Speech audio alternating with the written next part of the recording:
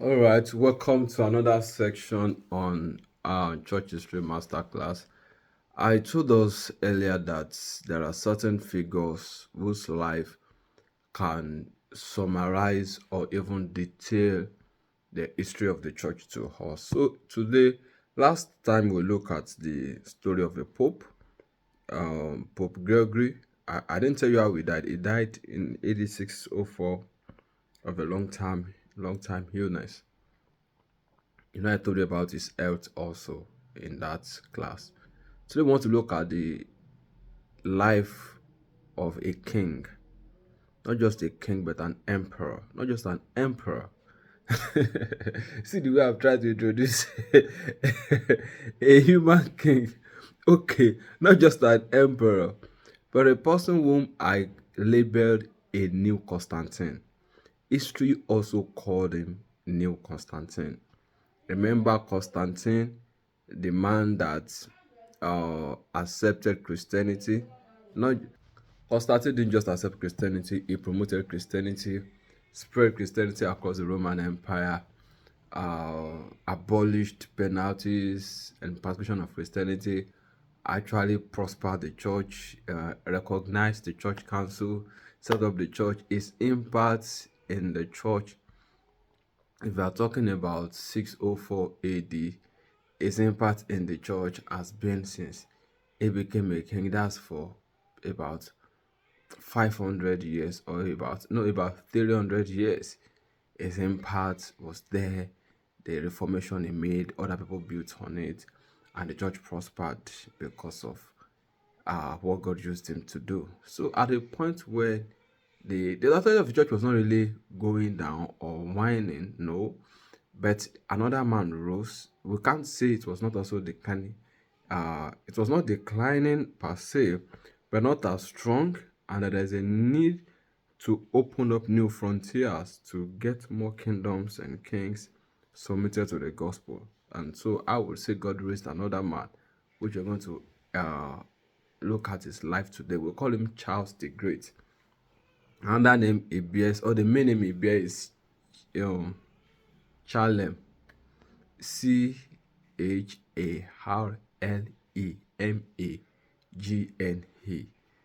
Try and pronounce it, but is commonly called Charles the Great. He's actually the son of the man called Pepin the Short. Pepin the Short, Pepin. Pepin was also a king, and their grandfather, or the grandfather of Charles, is also Charles. So the grandfather of Charles, we cannot talk about Charles, his kingship, without going back to the grandfather of Charles, and that is Charles himself. Charles himself. He was not a king. He had a position among the Franks. Now remember, I tried to explain to you the political setting at that time to you in the last lecture. So let me rephrase. Let me just rephrase. We had the Western Roman Empire, we have the Eastern Roman Empire. Then I told us that the Western Roman Empire has fallen.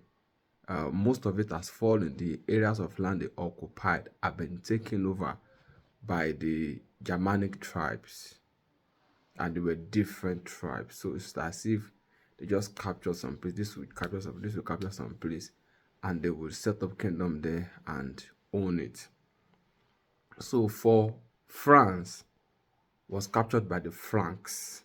That was the name it was called then before the name now changed. So it was Clovis that established the Frank kingdom in that area that used to be formerly under the Western Roman Empire. There's another force in place. They call them the Lombards. They were in Italy. Rome of today is like the capital city of Italy. So they were in Italy, but not in Rome. So the numbers have captured Italy.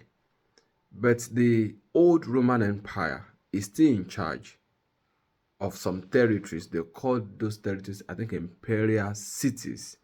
So those cities include the ancient city of Rome and some other cities. They answer to the Eastern Roman Empire, that is in another territory entirely, where he has a control over that place. So within the Western Roman Empire, you have many powers at play.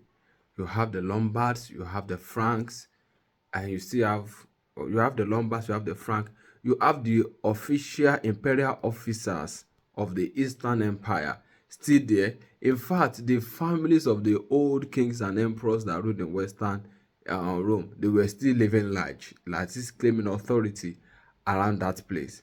You have some other power brokers there. Another major power brokers, another major power broker that you cannot talk less of was the Pope. The Pope was fully grounded in the city of Rome, especially. It was a political force to be reckoned with, not just a religious force to be reckoned with.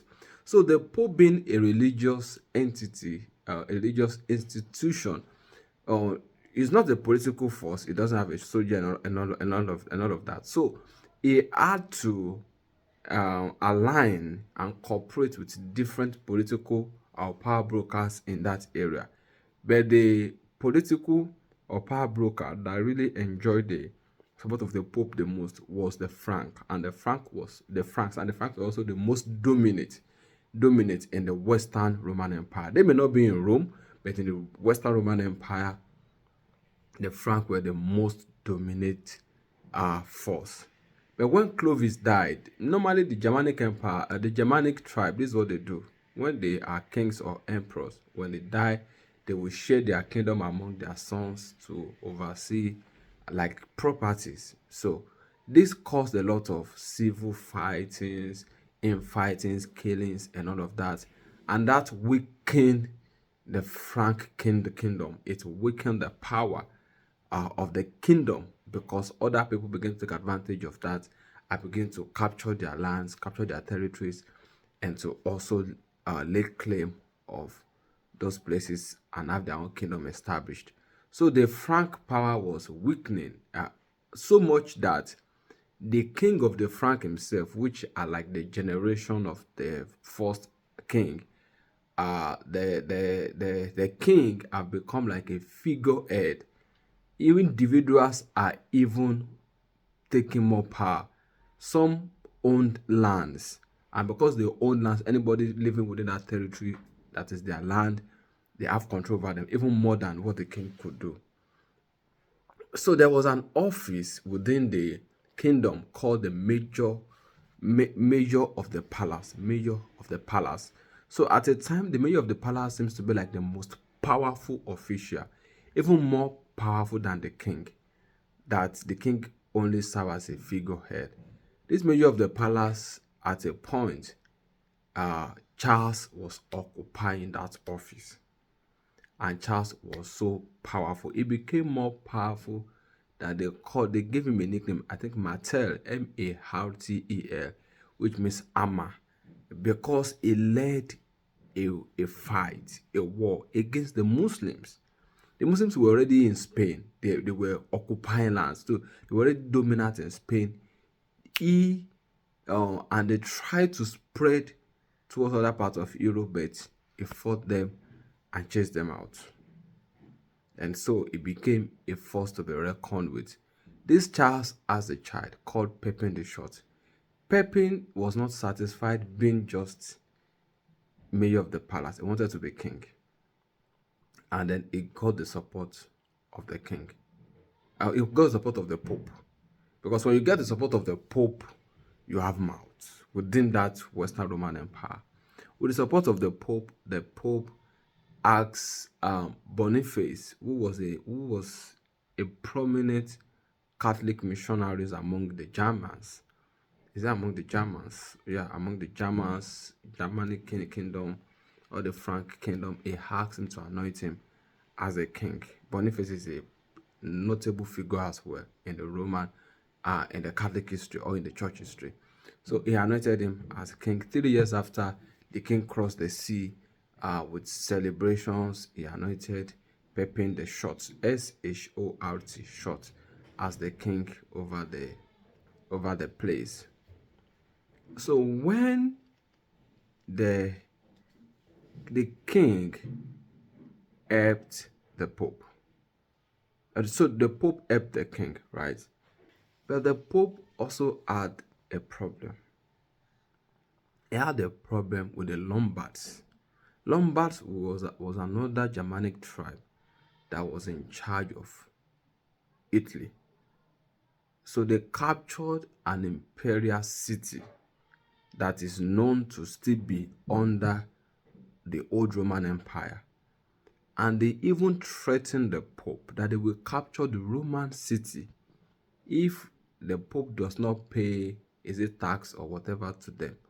So the Pope had to ask Pepin for help. Pepin came, defeated the Lombards, captured that city, and gave that city as a gift to the Pope. It was a large vast of land. So the Pope did not just own a city. The Pope at that time was also getting lands, not the Pope per se, but the church. So much that even the church himself established what was called papal cities. That, like, the Pope didn't just call himself a king, he had territories that he virtually ruled over. In fact, when I check the history of Catholic, when I say Catholic now, you should be able to understand Catholic in the sense of the church, the one universal church, or Catholic in the sense of the Roman Catholic Church. So either of the two, they used to own lands, and that is why if you see them around your country, you see them occupying a lot of land. There is one very close to my place now, very big space of land. So it seems this thing have been part of them for long, to own lands. So they had a lot of lands. Pepin the Short gave them land. It was called, I will check the name of the gift. It was a large vast of land. They had other lands that came as gifts and all of that. The land was so big to some point that it was bigger than the old city of Ibadan. The land was so big, like, I was a point the land was like, is it not, maybe 1.1 acres. Say the whole of Qatar. Ibadan is like 788,000 acres. That's the largest city in Africa, I guess, or West Africa. And but a point came when the government of Italy, that is a modern history, took some of their lands, and they are only left with maybe 11,000 acres or so. And that is what you will find in the Vatican City today. I'll still get those figures rightly and give you. So Pepin the Short became the king, helped the Pope, and when after Pepin the Short, Charles now became the king.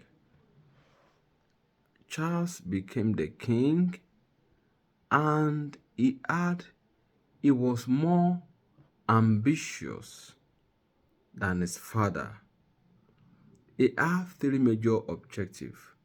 Military power. He wanted to control the military. He wanted to use military force to subject all his enemies, expand his territory, gain more lands. He also wanted to use intellectual power, which is education. He was one king that really emphasized education. In fact, he ensured that all the, what do we call it now? All the monasteries had schools for the boys. Also, he wanted religious power. He wanted to be in oneness with the church. He wanted to have religious power that he can control people's soul. So with intellectual power, he control the mind. With religious power, he control the mind. And with political power, military power, he crushed all his enemies. So his impact, because of his expansion, there were other lands, territories that were not even under the former Roman Empire, or not, or that has left the hand of the former Roman Empire, that is now ruled by various kingdoms, like the ones ruled by the Saxons, Saxon.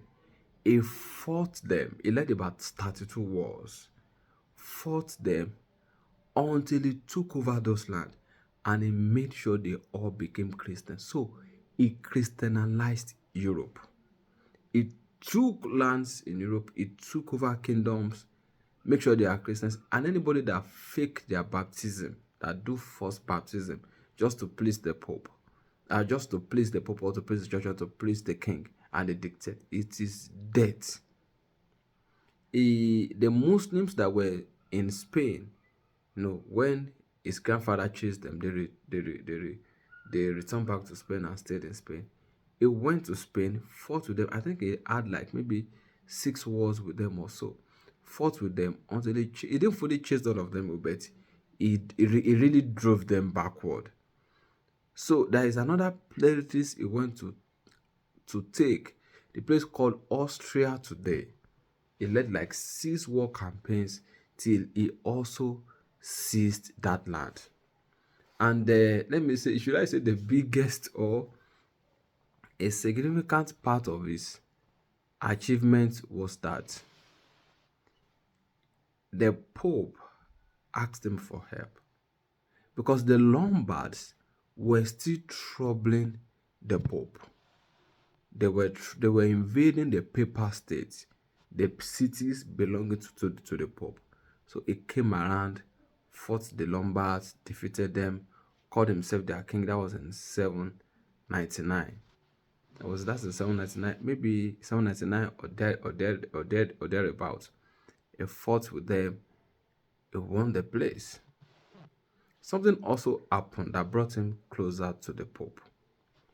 The Pope had some persecutions, like loyalists of the former Pope were accusing him of sexual immoralities and some other things like that. It was so serious that they kidnapped the Pope. The Pope was leading a procession of prayer against accident and crop damage that happened that time, and then they kidnapped the Pope. But during the night, his own men also went back and kidnapped him back. So, but he realized that there was fightings on the street, issues. He just invited Charles to come and help him. So Charles came with his army, put his army, I think, outside the city. Then he went inside. There were bishops and pastors and priests. The Pope made a pledge that he was not in any way, that he was not guilty of all those things. He made a vow. And then they saw Charles beside him. They recognized the fact that this guy had a military backing. So every 8 hours back off. And he has made a vow. What else do you want? That was how the issue died down. So him and the Pope were like very close. His father also helped the Pope anyway. In fact, the Pope recognizing his father as a king now caused an issue between not just the Pope and the Eastern Roman Empire, but also between the Pope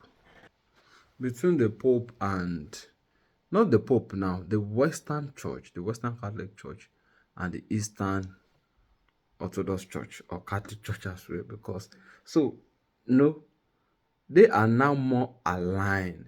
Not just before, there was just a king overseeing the two churches, which is the Roman emperor in the east or west, as the case may be.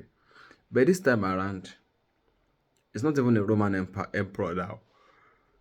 It's another figure entirely that is now overseeing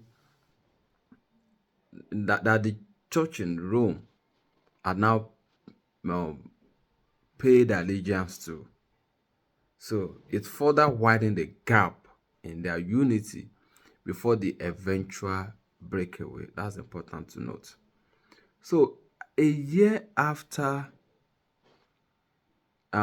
King Charles had helped the Pope to restore unity in the church, Charles came for Christmas and the Pope placed a crown on his head.